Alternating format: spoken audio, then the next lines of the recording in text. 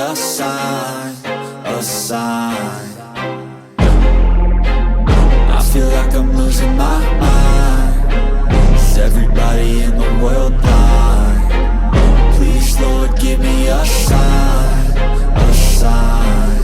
I wanna be the greatest. Everybody on the fake shit. I look around and feel like everybody is the fakest. I make this every day and I'm impatient, hoping one day I blow up from the basement. Statement, the top is so vacant. I don't hear shit that I think is amazing. Waiting for my day when I'm playing sold out shows for 1,000 faces. Hey, give me that crown, get in my way and to be put down. It ain't your place, all this my town. If I want that shit, then I'll get it right now.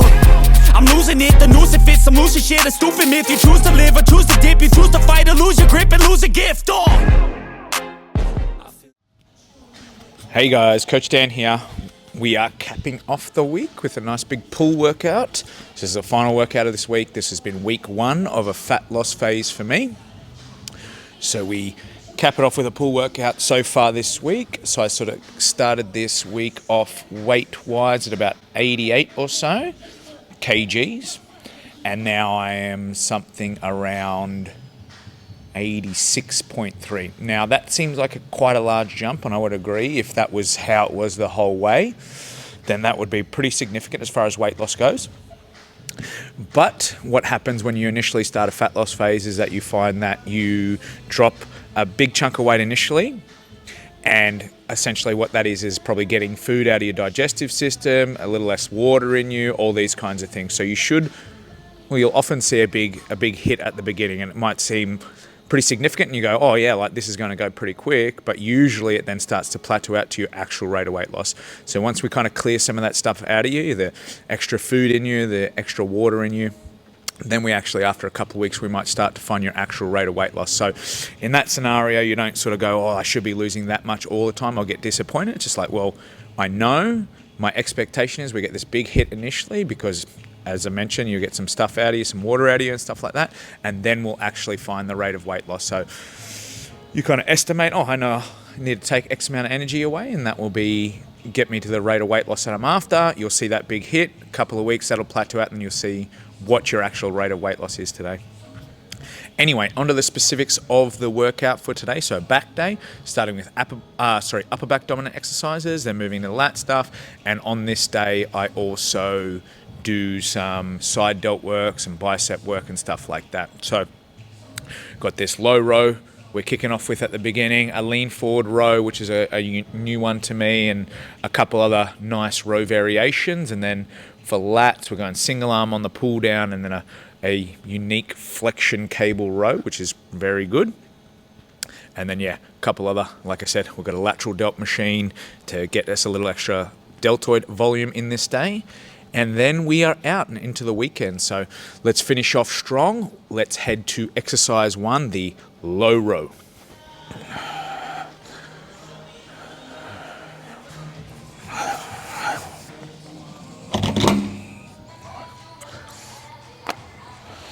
All right, we have plate-loaded low row first. So that's this machine here, chest supported. So what you'll notice about this one, being that it's a low row, it's kind of coming from a position of low to high.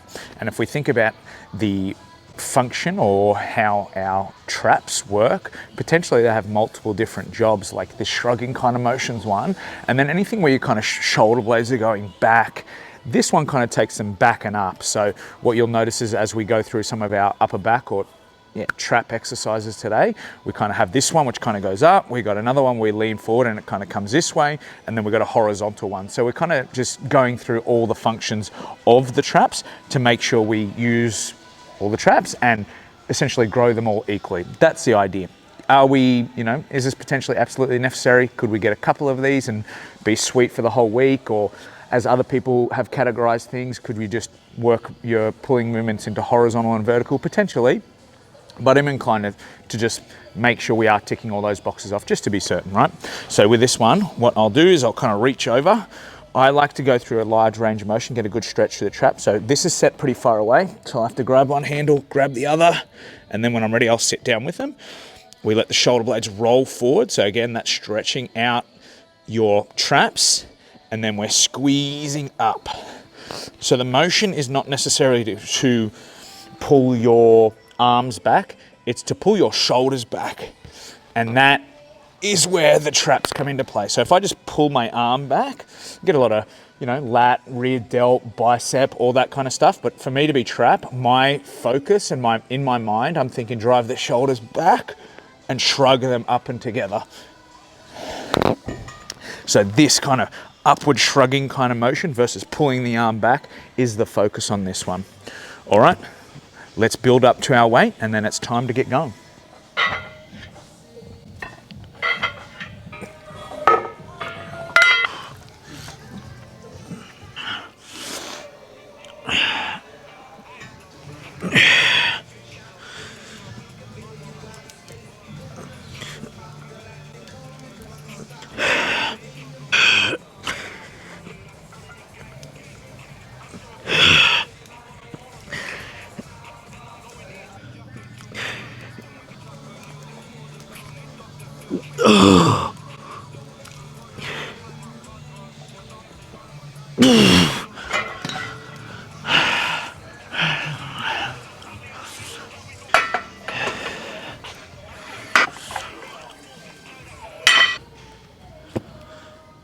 All right, next up we have the lean forward plate loaded row. Let's call it that. I think that's what I'm calling it in my program. So if we have gone from doing a low row where it's kind of angling up, you think about that's kind of towards this shrugging motion. But part of the function of the traps, the lower part of the traps, is to kind of depress the shoulder blades and bring them down. And then also part of it's to kind of obviously bring them horizontally. Now I'm doing this version where I lean forward, which I'll show you in a sec. So we are working towards the lower portion of the trap. So we've gone up. Now it's going to be in towards the lower part of the traps. And then I've got a completely horizontal one to finish for the upper back. So one of the idiosyncrasies that I do is I use these yoga blocks. I place them under my feet, which will push me away a little bit. And with this particular machine, it doesn't allow me to lean forward very far. So this is just essentially pushing me a little bit away so I can lean forward further.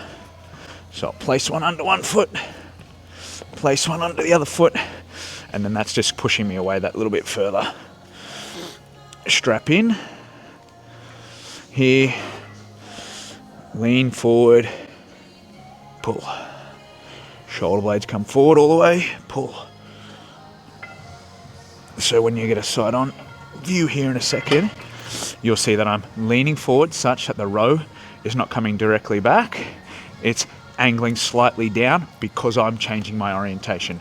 I like this particular machine because of the resistance. The resistance is hard out there and it gets easier because it's on a hinge. But this could be done on a seated row with like a straight bar. Probably best to have a bar where the arms are away from the body a little bit as we row, again, to make it better for the upper back.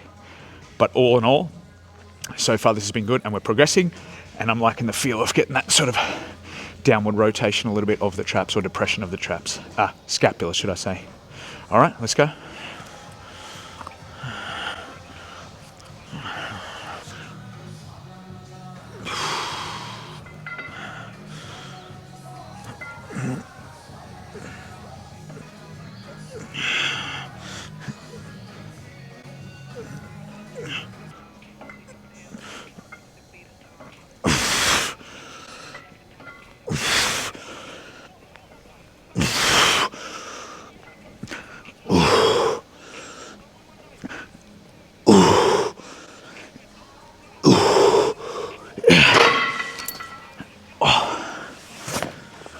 Shit's gotten.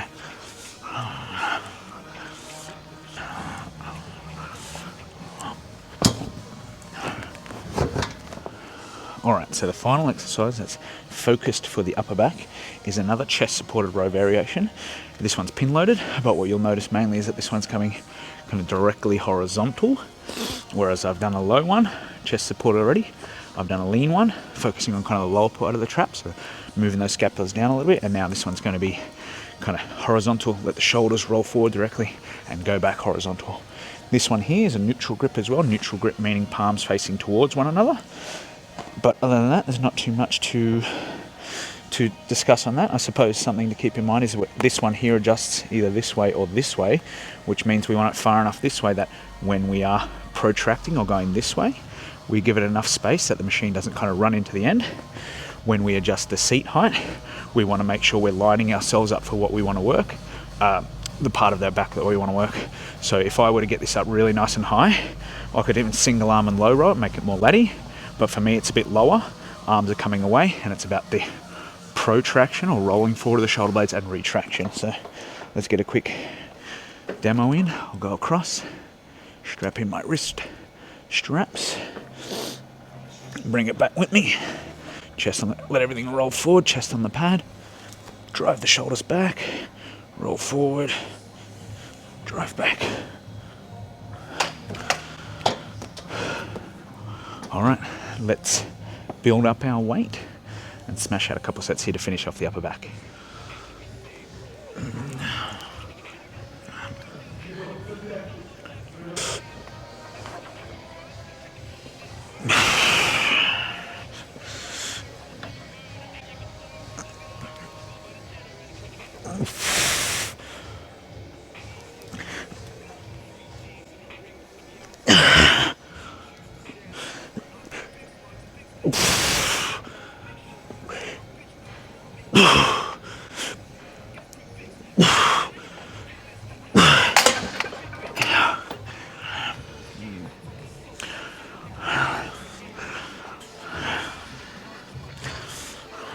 With the upper back, or the upper back dominated exercises done, so there's 3 there, challenging different functions of the upper back, coming from, or more simply put, coming from different directions with different hand grips, different machines and stuff like that.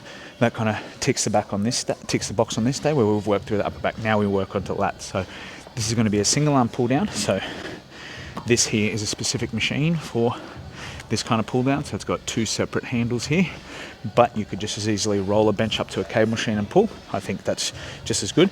The good thing about this one is you can really get into a position where you feel it well. So I can shift off to the side, and that angle that comes on feels really nice for the lats. So we'll reach over, grab a handle, lock that leg under, kind of shift to the side such that my arm's going to be coming nice and close to my body, and then essentially I'm lining up my path where I'm pulling it directly where that cable is coming from. So I'm going directly against the resistance. Something that I have done recently as I do these pull downs is I kind of roll forward with my hand. So as I'm reaching up, I'll roll it forward. I feel a bigger stretch through my lats when I do that, and then as I pull, I kind of twist into that position there, and that feels quite effective for me. So yeah, you think about this angle, it's just, again, if we do standard pull downs, you don't really get that. When we do rows, you don't really get that. With this one, it's quite unique, is that we can get, that's probably not 45, that's probably like 50 or 55 degrees, but it feels very effective, and when I do it, I feel my lats work really well. So that's that, really good. Strength's been going up reasonably well, so we continue to push for this one. All right, let's do it.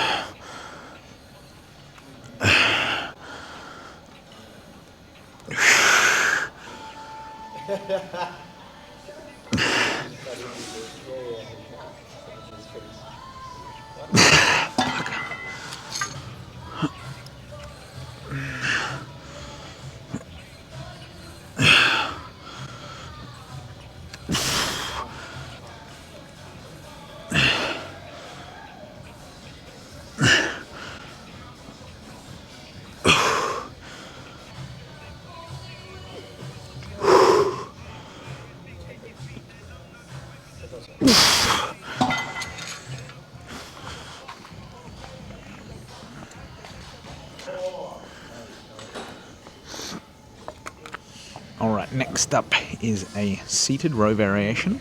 I call this I think it's called a Flexion cable row. I'm going with a narrow neutral grip. So this is essentially what we're doing here is we're trying to actively round the spine. So most exercises you kind of recommend not allowing the spine to sort of round over, like deadlifts and other movements like that. This one, I'm actively letting that happen to kind of get some work into those muscles. It's under control. The other real benefit to this one is you get a massive stretch to the lats. So let me give you a demo so you can see what's going on here. So a standard seated row might have us just here, pull, back to here, pull. This version of seated row has us flex at the spine, stretch everything out as far as it will go, erect, and do the same thing. Flex the spine, erect the spine. So not only are we getting this massive lat stretch, but also we're getting some work into some of the muscles that flex and extend the spine, or extend the spine, because we're actively letting them round out, which you just don't do on any other exercise. You think about your deadlifts, yeah, you're keeping that a flat neutral spine as best you can. This one, we're actively letting it round, and then extending here, as well as, yeah, big stretch in the lats. Pull. Same cues apply to this as other lat-dominated movements. The arm, we want to keep close to the body. Sometimes with a seated row, because it's narrow, or this narrow grip, the elbows will shoot out to the side. So we want to actively try and keep them in, so we best use the lats. All right, last back exercise.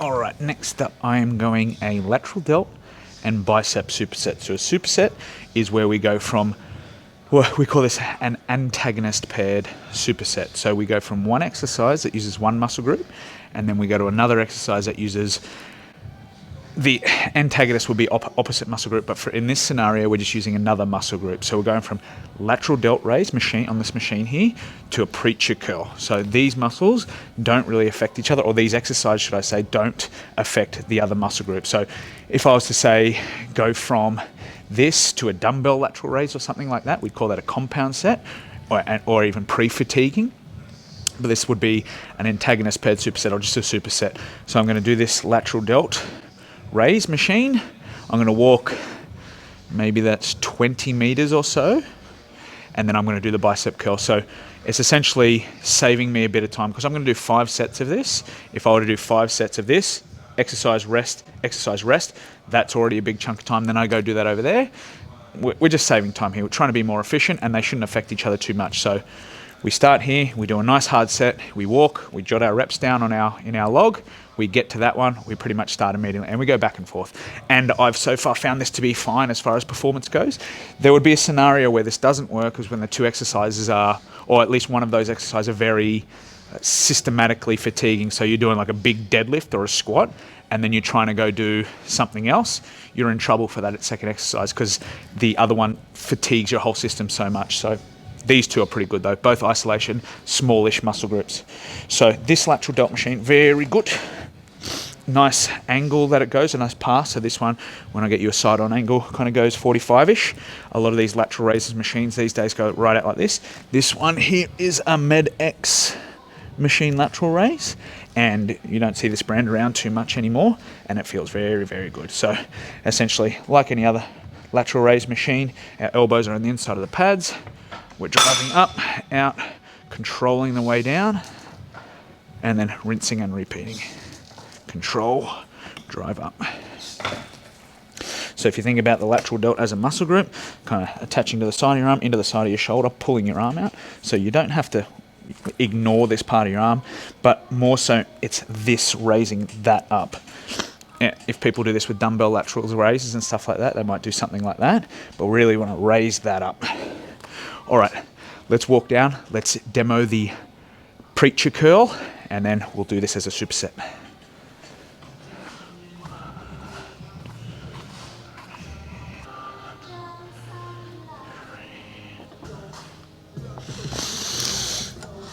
All right, machine preacher curl. This is a Cybex machine preacher curl. They've got a couple variations here, but so far I like this one.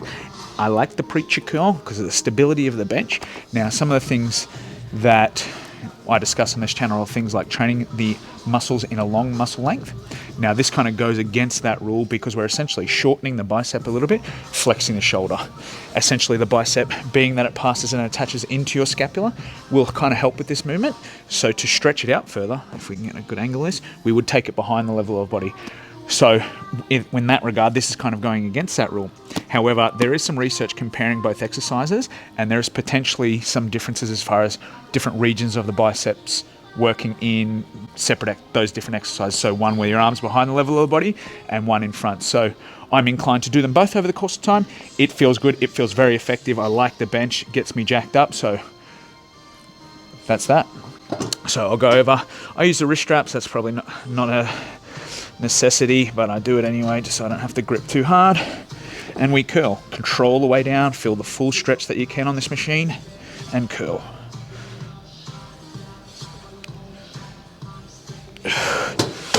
All right, so we're rolling this as a superset. Bup, bup, bup, bup, bup, bup. We go 5 times, so it is plenty of work, but these are 2 muscle groups that are an emphasis for me at the moment. So we do it.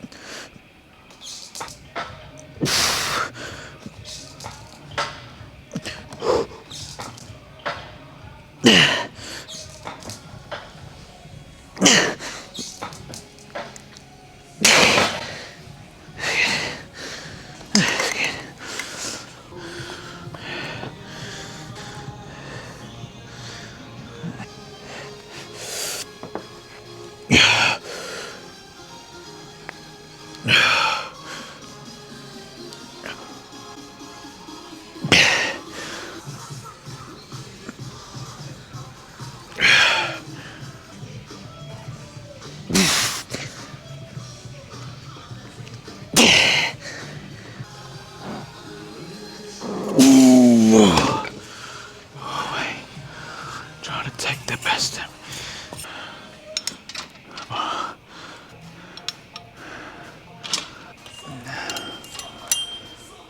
Okay, last up we are on the fly / rear delt machine, chest fly versus rear delt machine. So for this one, I've kind of made it a bit of a combination exercise, thinking combo between rear delts and sort of traps. So if I wanted to make this as rear delty as possible, I could possibly get into a position where I'm just kind of doing this motion there. So the rear delt attaching to the scapula, coming down and attaching to the deltoid tuberosity, or the duberosity as I like to call it. And hey, that's a good one, duberosity. And it's essentially pulling the arm back in these different directions, like such, like such, like such, in there like that. So all the pulling movements, it gets a little love. But on this one, I'm kind of giving it a little extra love, as well as that sensation of retracting the shoulder blades. So getting it as a bit of a combination for me is what I'm after. So I've done this such that, yeah, it's that way inclined because I don't feel like I get great scapular retraction. So this just kind of gets us in isolation. So I let it roll forward over the chest pad, squeeze shoulder blades. So rear delts will kind of take it through this part of the movement, but I finish off, squeeze shoulder blades, roll, squeeze, roll, squeeze. So a bit of a combination. Rear delts, they've already got a lot of love in the pulling exercises. Traps have as well, but again, I want to try and make sure I can retract and feel them on other movements. So this is a way to do so. Okay, almost there, guys. Let's finish off.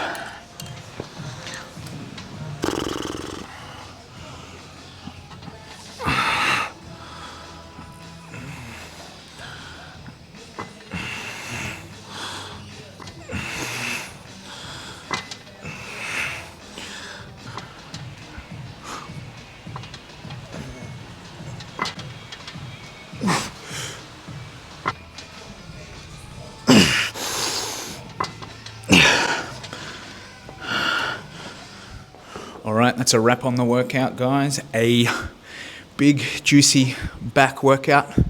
Last one of the week, so finish off week one of this fat loss phase for me. So everything has gone to plan.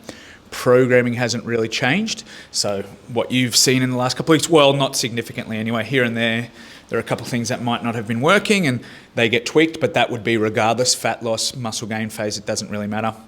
I think one thing to keep in mind, which is good if you've tried fat loss phases before and struggled, or if you're currently in one, is that the real nice thing about fat loss phases is that the progress is more obvious than when you're gaining muscle. Muscle gain is happening at such a small rate for most of us that it's really hard to notice on a short-term basis. So the real only thing we have to go off of is progress in the gym as far as lifts go and stuff like that. How you look, sometimes you start to look worse because you're putting on fat at a similar time.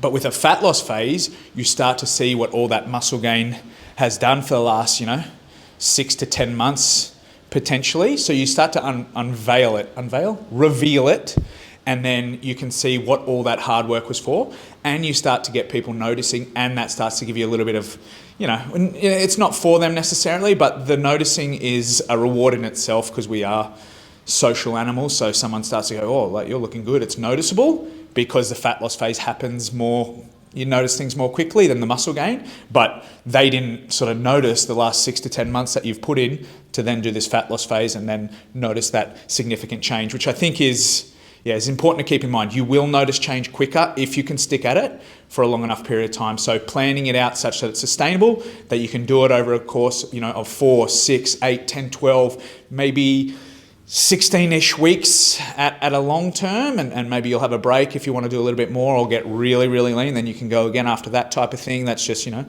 some general rules that there's, it's context dependent and whatnot. But yeah, just, if you're doing it or you want to do it and you feel like you've failed before, or you feel worried about restriction of food, like, the reward is that you get to notice the progress that you've made in muscle gain phases. And that's good to remind yourself of, because eventually it gets challenging, you know what I mean? So, but week one down, happy days, smooth sailing. We carry on into week 2 and it's business as usual next week. So as always, guys, if you're liking the content, hit the little subscribe up here. If you want to see another video, simply click on this one over here and check that out. And as always, it's about progress over perfection. Coach Dan, signing off.